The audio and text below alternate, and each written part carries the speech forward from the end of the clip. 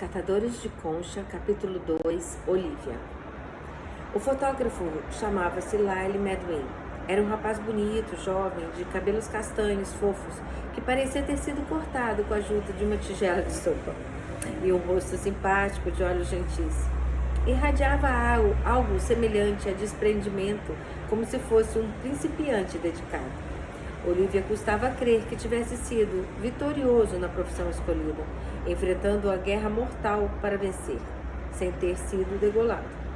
Estavam em pé, perto da mesa, à janela de seu escritório, enquanto ele mostrava uma seleção de trabalhos anteriores, a fim de que ela os examinasse. Mais ou menos 2 dúzias de grandes fotos coloridas e acetinadas, esperançosamente espalhadas, aguardando aprovação. Olivia as estudara minuciosamente, antes de concluir que gostava delas. Em primeiro lugar, eram muito lúcidas. Sempre insistia que fotos de moda deviam exibir as roupas, seu feitio, o planejamento de uma saia, a textura de uma suéter. Além disso, as fotos do rapaz respiravam vida, movimento, alegria e até ternura.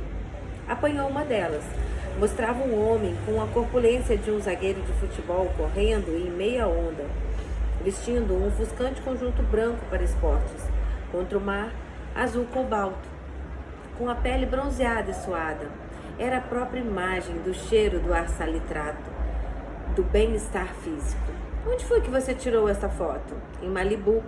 Fiz para uma publicidade de trajes esportivos. E esta aqui? Olivia pegou outra foto. Esta batida em um fim de tarde, mostrando uma jovem em esvoaçante vestido de chifão semelhante a chamas, com o rosto voltado para o mortiço fulgor do sol que se punha. Foi em porte-raias, para um destaque editorial da Vogue americana. Deixando as fotos, Olivia se virou para ele, inclinando sobre a borda da mesa, o que o deixava à altura dela, de modo que os olhos de ambos ficassem no mesmo nível. Qual a sua experiência profissional? Ele deu de ombros. Curso universitário técnico. Depois, um pouco de atuação como freelance, e então me juntei a Toby Strieber, com quem trabalhei uns 2 anos, como assistente. Foi Toby quem me falou de você. Em seguida, quando deixei Toby, fui para Los Angeles. Vivi lá os últimos 3 anos. E se saindo bem. Ele sorriu com modéstia. Sim, acho que sim. Suas roupas eram puro Los Angeles. Tênis branco, jeans desbotado, camisa branca, um desbotado blusão de brim. Em deferência ao frígido tempo londrino, usava um cachecol de caxemira coral, enrolado à volta do pescoço esguio e bronzeado. Embora amarfanhada, sua aparência era deliciosamente limpa, de roupa recém-lavada e secada ao sol, ainda por passar. Olivia o achou extremamente atraente. Carla já lhe falou sobre a programação? Carla era editora de modas para Olivia. Será para o exemplar de julho, uma última reportagem com roupas de férias antes de passarmos para tuedes dedicados às charnecas. Falou. Ela mencionou fotos em locação. Fez algumas sugestões? Falamos sobre Ibiza. Tenho contatos lá. Ibiza? Ele foi rápido em harmonizar. Se você tem outro lugar em mente, tudo bem para mim. Talvez Marrocos. Não. Desencostando-se da mesa, ele foi sentar-se novamente em sua cadeira. Não temos usado Ibiza há algum tempo, mas acho que não deviam ser fotos nas praias. Fundos rurais ficariam um pouco diferentes, uma cabra, ovelhas e camponeses robustos cuidando das lavouras. Você poderia acrescentar alguns moradores locais para dar um pouco de autenticidade. Eles têm rostos maravilhosos e adoram tirar retrato. Acho formidável. Então, discuto o assunto com Carla. Ele vacilou. Quer dizer que estou empregado? É claro que está. Apenas trabalhe bem. Farei isso. Obrigada. Obrigado. Ele começou a reunir suas fotos, formando uma pilha. O interfone soou na mesa de Olivia. Ela apertou o botão e falou com sua secretária. Sim, uma ligação de fora, senhorita Kelly. Olivia olhou para o relógio, 12:15. Quem é? Estou saindo para o almoço. É um senhor Henry Spotwood. Henry Spotwood? Quem diabo seria Henry Spotwood? Então, O nome surgiu em sua mente. Ela recordou o homem que conhecera 2 noites antes, no coquetel de Ridgeway. Cabelos começando a ficar grisalhos e tão alto quanto ela. No entanto, ele se apresentara como Hank. Quer completar a ligação, Jane? Enquanto esticava o braço para o telefone, Lyle Medwin, com sua pasta de fotos debaixo do braço, cruzava a sala em passadas macias e abria a porta. Tchau, falou baixinho enquanto se esgueirava para a porta. Olivia acenou com a mão e sorriu, mas ele já se fora. Senhorita Kelly, ela mesma. Olivia, é Hank Spotwood. Nos conhecemos em casa, do Ridgeway. Sim, claro. Tenho 1 ou 2 horas livres. Alguma possibilidade de almoçarmos juntos? Quando? Hoje? Sim, agora mesmo. Oh, sinto muito, mas não será possível. Minha irmã está vindo do campo e prometi almoçar com ela. Aliás, estou atrasada, já deveria ter ido. Oh, é uma pena. Bem, que tal jantarmos esta noite? A voz dele, lembrou Olivia, preenchia os detalhes. Olhos azuis, um rosto inteiramente americano, agradável e forte. Terno escuro, camisa Brooks Brothers, um colarinho abotoado. Seria um prazer. Ótimo! Onde gostaria de ir? Ela estudou a pergunta por um instante. Depois decidiu-se. Só por uma vez, gostaria de não comer em um restaurante ou hotel. O que isso significa? Vá até minha casa e eu ofereço o jantar. Seria formidável. Ele pareceu surpreso, mas não sem entusiasmo. Bem, não será muito trabalho para você? Trabalho nenhum, respondeu ela com um sorriso. Apareça pelas 8 horas. Forneceu o endereço, mais 1 ou 2 informações para caso de encontrar um motorista de táxi imbecil. Despediram-se e ela desligou. Hanks Spotwood. Uma boa notícia, sorriu para si mesmo. Depois olhou para o relógio, expulsou Hank da mente. Levantou-se, apanhou o chapéu, casaco, bolsa e luvas. Em seguida, precipitou-se no escritório a fim de encontrar Nancy para almoçar. O encontro foi no L'Escargot, no Soho, onde Olivia reservara a mesa. Era sempre lá que tinha almoços de negócios e não via motivos para outro arranjo, embora sabendo que Nancy estaria muito mais à vontade no Harvey Nichols ou em qualquer outro lugar apinhado de mulheres esgotadas, descansando os pés após uma manhã de compras. Mas ali estava o L'Escargot. Olivia estava atrasada e Nancy já esperava por ela, mais gorda do que nunca, em sua grossa suéter de lã e saia do mesmo material, tudo arrematado por um chapéu de pele aproximadamente do mesmo tom de seu desbotado cabelo anelado. O chapéu dava a impressão de que nem se deixava crescer uma segunda cabeleira. Lá estava ela, única mulher num mar de homens de negócios, a bolsa no colo e o copo alto de gin tônica à sua frente, sobre a mesa pequenina. Parecia tão deslocada que Olivia sentiu uma pontada de culpa, o que a fez mais efusiva do que se sentia. Oh, Nancy, sinto muitíssimo, mas fiquei retida no escritório. Chegou há muito tempo? Elas não se beijaram. Nunca se beijavam. Está tudo bem. De qualquer modo, você já pediu um drink. Quer outro? Reservei mesa para 12:45. Não vamos querer perdê-la. Boa tarde, senhorita Kelly. Oh, olá, Gerard. Não, sem drinks. Por favor, não temos muito tempo. A senhorita reservou mesa? Sim, para 12:45. Acho que estou um tanto atrasada. Não importa. Se quiser acompanhar-me.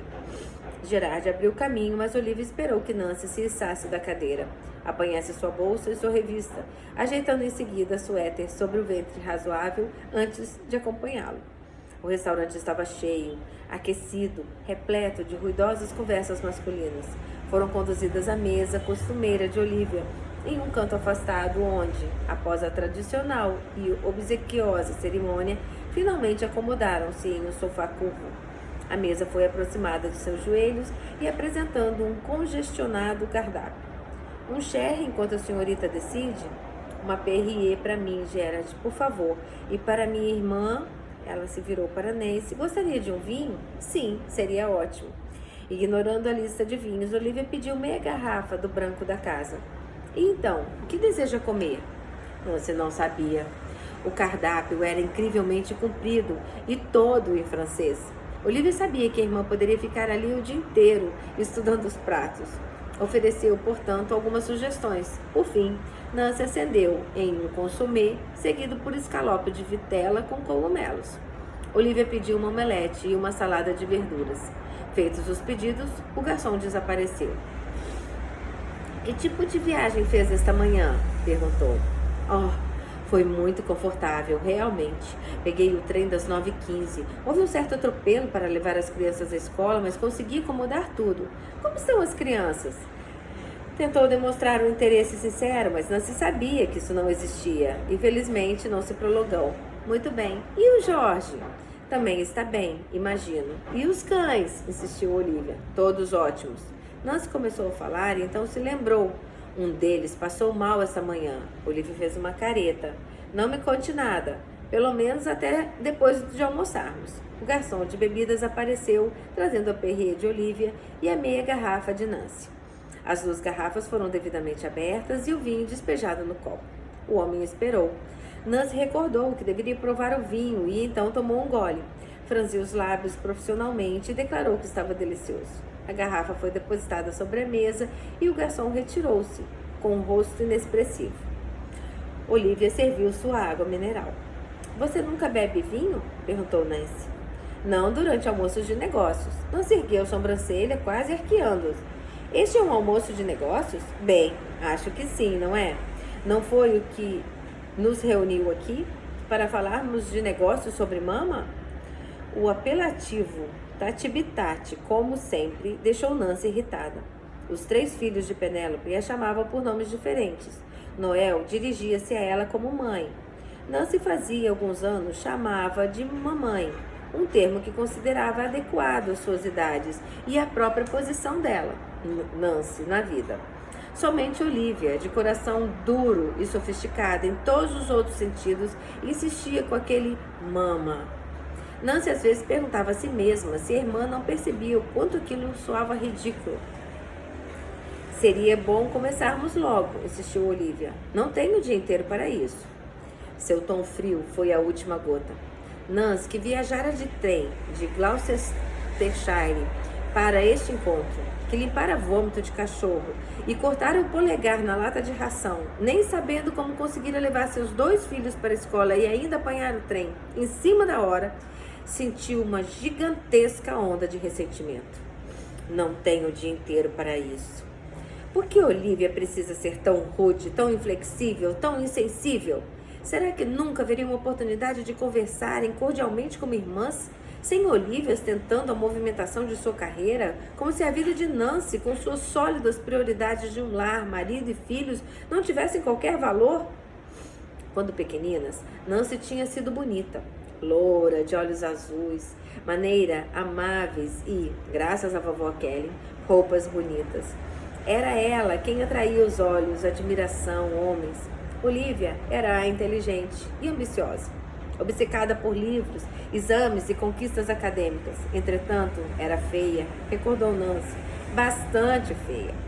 Dolorosamente magra e alta, de busto achatado e usando óculos, exibia uma falta de interesse quase arrogante pelo sexo oposto, retraindo-se em desdenhoso silêncio sempre que um dos namorados de Nancy aparecia, ou indo para seu quarto ler um livro.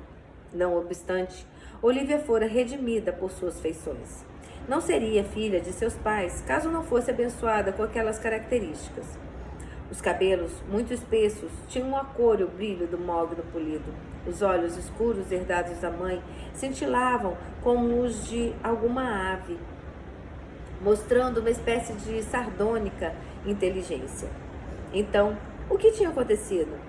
A desengonçada, brilhante aluna universitária, a irmã com quem homem nenhum queria dançar, de algum modo, em alguma época, em algum lugar, transformara-se naquele fenômeno que era Olivia aos 38 anos.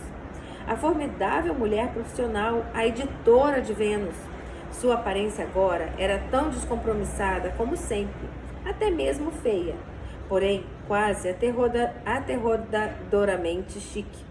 Um chapéu de veludo negro, de copa achatada, um casaco negro, drapeado, blusa de seda creme, colares e brincos dourados, anéis semelhantes a soqueiras de metal. O rosto era pálido, a boca sempre muito vermelha. Até os enormes óculos de aros negros, ela de algum modo os transformara em invejáveis acessórios. Nancy não era nenhuma tola. Ao seguir Olivia no restaurante, apinhado, caminhando para a mesa reservada, captara o frisson de interesse masculino. Vira os olhos dissimulados e as cabeças que se viravam. Ao mesmo tempo, sabia que não tinham virado para ela, como a mais bonita das duas, mas para Olivia. Nancy jamais estivera a par dos mistérios da vida de Olivia, e até aquele tão extraordinário evento de 5 anos atrás, acreditava piamente que a irmã fosse virgem, ou de todo assexuada. Claro que existia outras e mais sinistras possibilidades que lhe ocorrera após avançar difícil e minuciosamente por uma biografia de Vita Scarlett West. Porém, como dissera a si mesmo, isso era algo em que nem suportava pensar. Clássico exemplo de mulher sagaz e ambiciosa, Olivia parecia ter se absorvido pela carreira, havendo progredido com firmeza até tornar-se editora-chefe de Vênus, a exclusiva e inteligente revista feminina para a qual trabalhara 7 anos. Seu nome constava do expediente. De tempos em tempos, sua foto surgia na revista, ilustrando algum artigo, e em certa ocasião ela aparecera na televisão respondendo a perguntas em um programa dirigido às famílias. E então, com tudo correndo bem para ela, na metade da corrente da vida, por assim dizer, Olivia dera aquele passo inesperado e tão avesso ao seu feitio. Ao passar férias em Ibiza, conhecera um homem chamado Cosmos Hamilton e não voltara para casa. Terminara voltando, mas somente após ter ficado 1 ano lá, vivendo com ele. A primeira vez que seu editor tomou conhecimento do fato foi através de uma carta que ela remeteu de Ibiza, com um pedido de demissão. Quando a estarrecedora notícia vazou através de sua mãe, Nancy a princípio se recusara a crer. Disse para si mesmo que aquilo era demasiado chocante. No entanto, a verdade é que, de algum modo obscuro, sentia que Olivia dera um passo à sua frente. Mal podendo esperar para contar para Jorge, esperava vê-lo tão apalermado quanto ela. Entretanto, a reação dele foi surpreendente. Que interessante. Foi tudo quanto disse. Você não parece muito surpreso. E não estou. Ela franziu a testa. É de Olivia que estamos falando, Jorge. Claro que é de Olivia. Ele fitou o rosto perplexo da esposa e quase riu. Ora, Nancy, está mesmo pensando que sua irmã passou a vida inteira como uma freirinha bem comportada? Essa moça tão reservada, com apartamento em Londres, maneiras evasivas. Você acreditou nisso? Então você é mais tola do que pensei. Nancy sentiu as lágrimas ardendo no fundo dos olhos. Ora, mas eu pensei. O que você pensou? Oh, Jorge, ela é tão sem atrativos? Está muito enganada, Nancy, respondeu Jorge.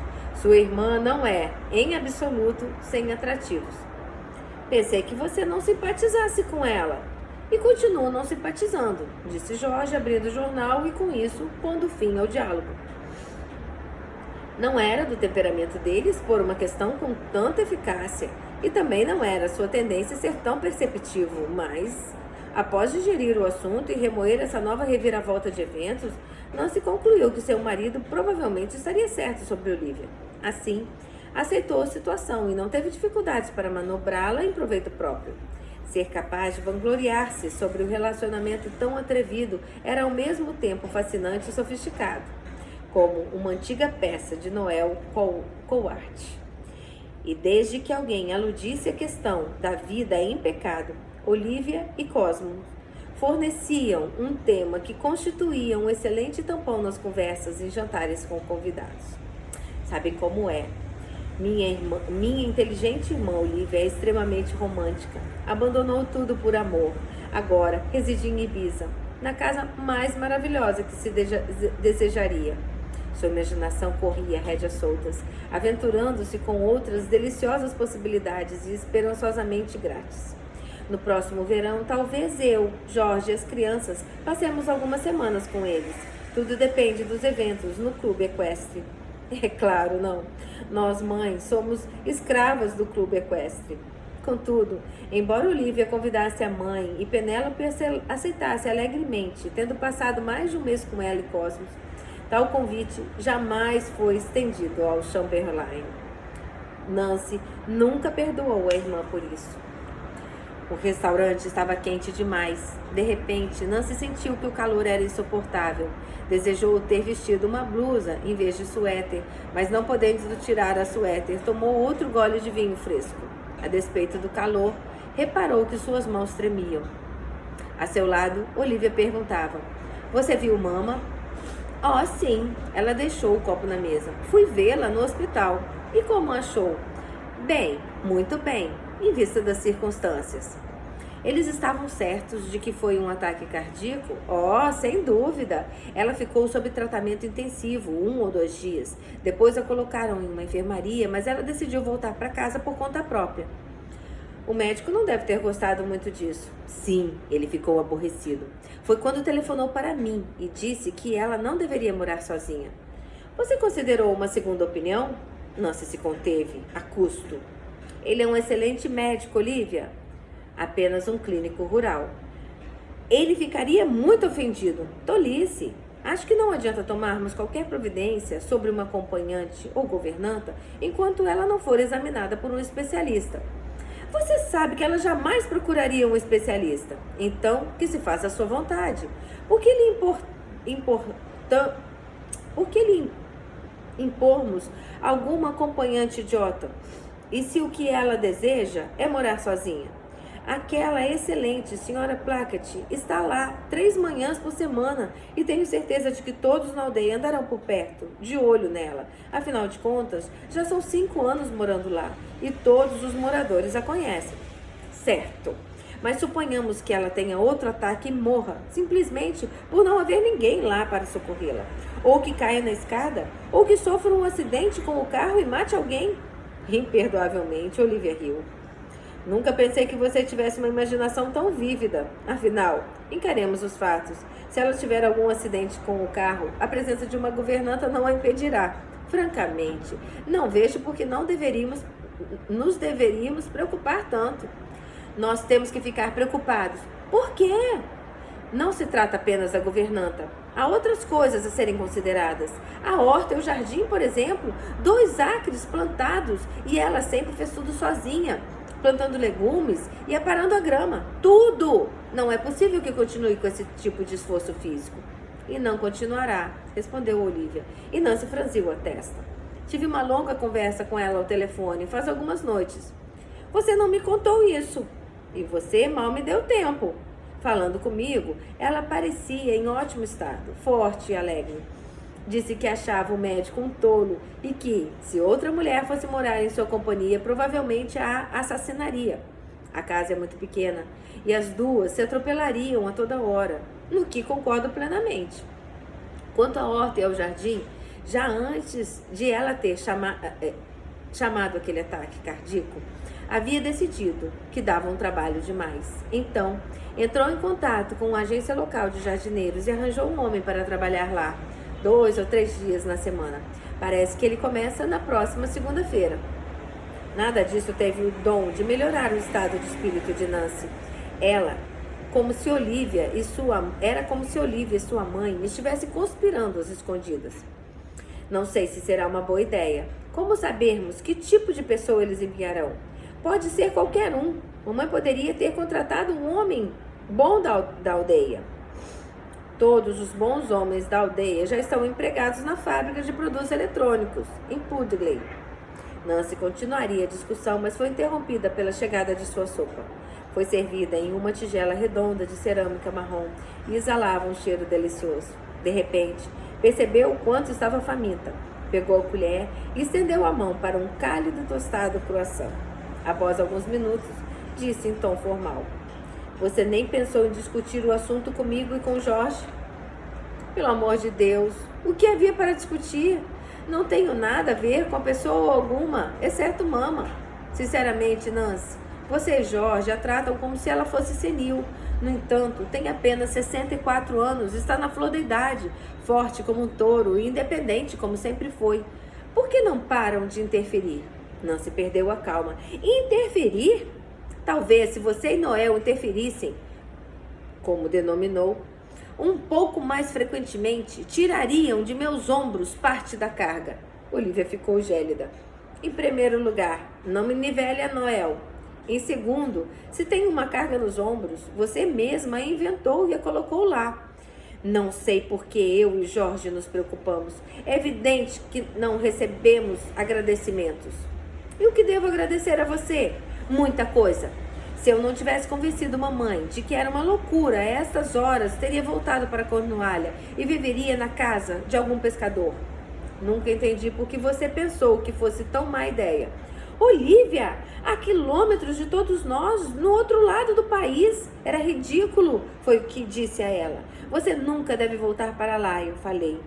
Tudo quanto ela tentava fazer era recapturar sua juventude. Teria sido um desastre.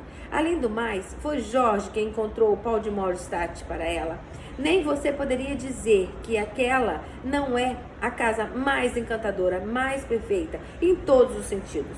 E tudo graças a Jorge. Não esqueça isso, Olivia. Tudo graças a Jorge.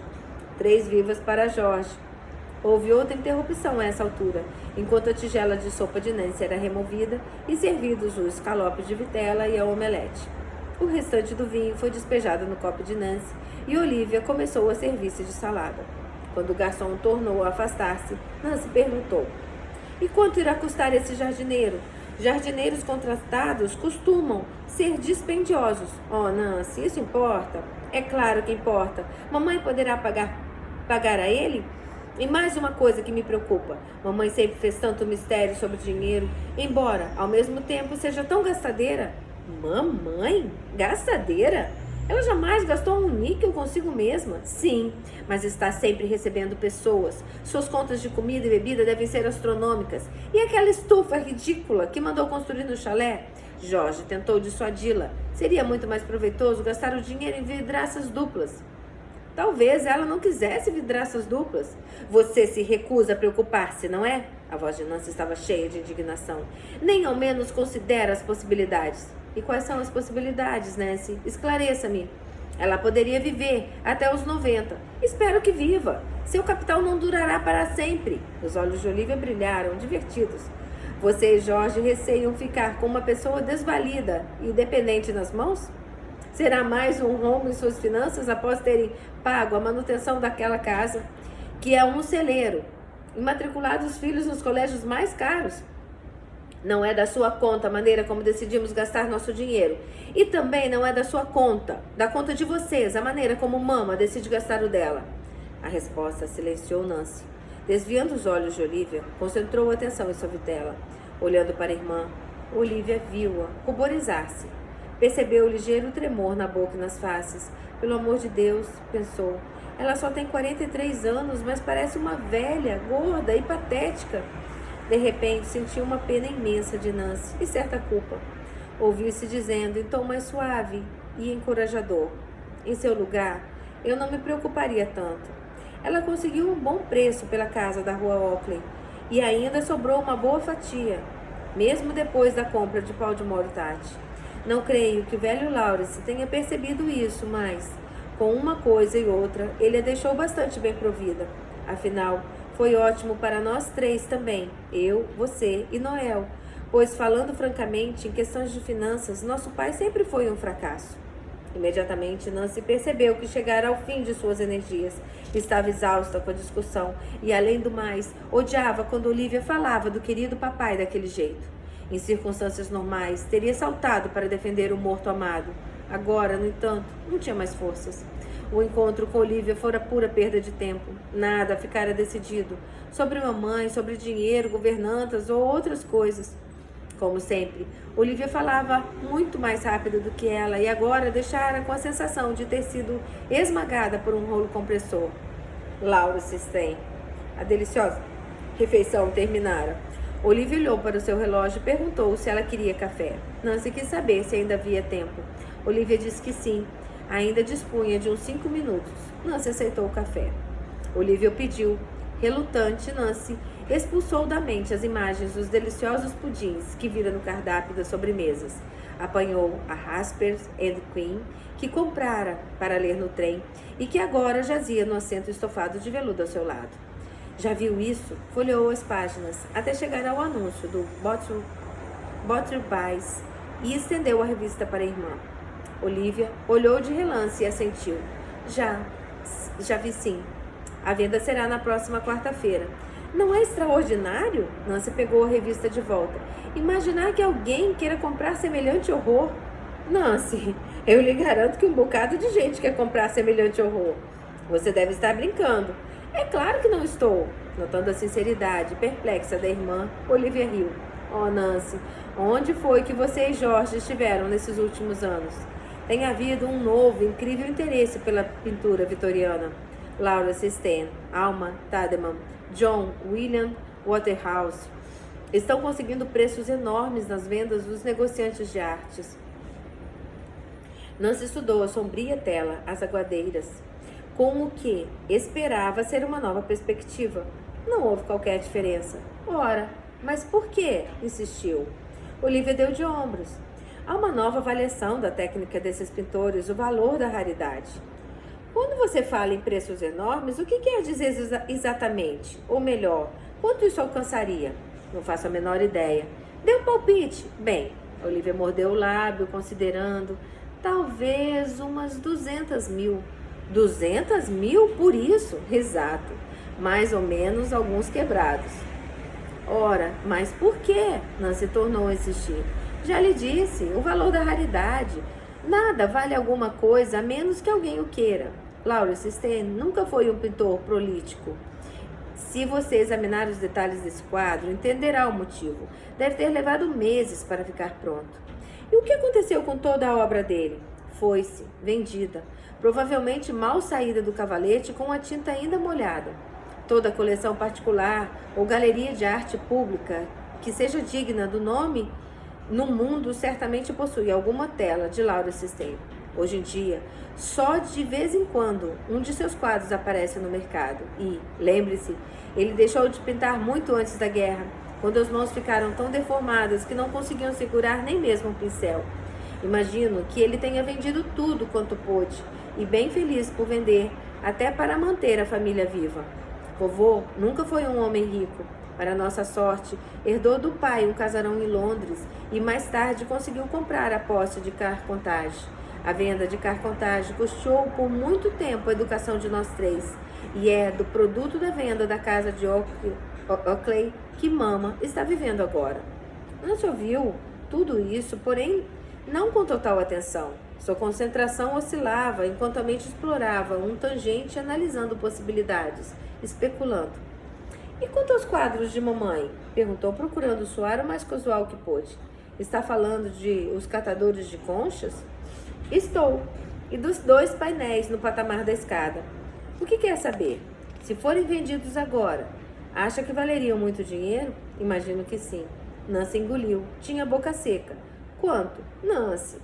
Meu ramo é outro. Diga uma quantia aproximada. Imagino que perto de 500 mil. 500 mil libras? As palavras mal tinham som. Nancy inclinou-se no assento, absolutamente chocada.